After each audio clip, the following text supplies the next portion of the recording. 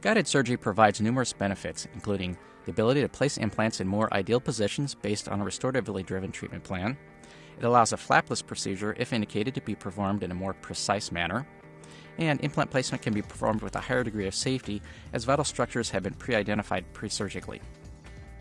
However, the surgeon must be aware that guided drills are longer than standard drills, since they're going to go through the surgical guide, potentially through the soft tissue and into the bone. This can be an issue if the patient has limited vertical opening, particularly for posterior implants. The total drill length for materialized surgery guides, which are cases planned on the Implant software, varies and is based on the addition of three numbers: the length of the planned implant, the height of the guidance sleeve, and the prolongation length. The prolongation length is a distance from the top of the implant to the bottom of the sleeve. If a mucosa level surgery guide is ordered, the prolongation length will be slightly greater than the thickness of the soft tissue. A bone level surgery guide would obviously have a shorter prolongation length than a mucosa level surgery guide. The prolongation length may also be affected if the sleeve would collide with an adjacent crown. A drill guideline is supplied with the surgery guide, listing the total drill length for each osteotomy. In other guided systems, such as Noble Guide, they have a fixed distance from the top of the implant to the top of the sleeve in the surgical template. In Noble Guide's instance, the distance is 9 millimeters. The drill guides that fit into the sleeve have a 1 millimeter flange. Therefore, the total depth is the length of the implant plus 10 millimeters.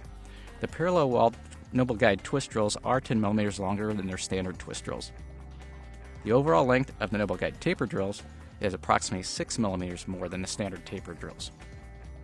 If you are considering guided surgery, the vertical opening can easily be assessed at the consultation appointment. A quick visualization can be made by placing a guided drill in the handpiece, asking the patient to open wide and see if you can fit the drill over the intended implant site. Here you can see we're trying in a 2 millimeter diameter guided twist drill from Nobel as compared to the standard 2 millimeter twist drill.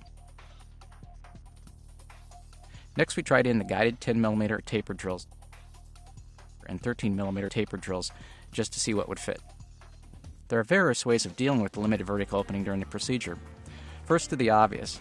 If a patient has a removable prosthesis in the opposing arch, it should be removed after the anchor pins and/or horizontal fixation screws have been placed. If the drill is too long, you may want to start with a shorter drill, then place the longer drill through the surgical guide into the osteotomy, attach the handpiece, and then continue on to the desired depth.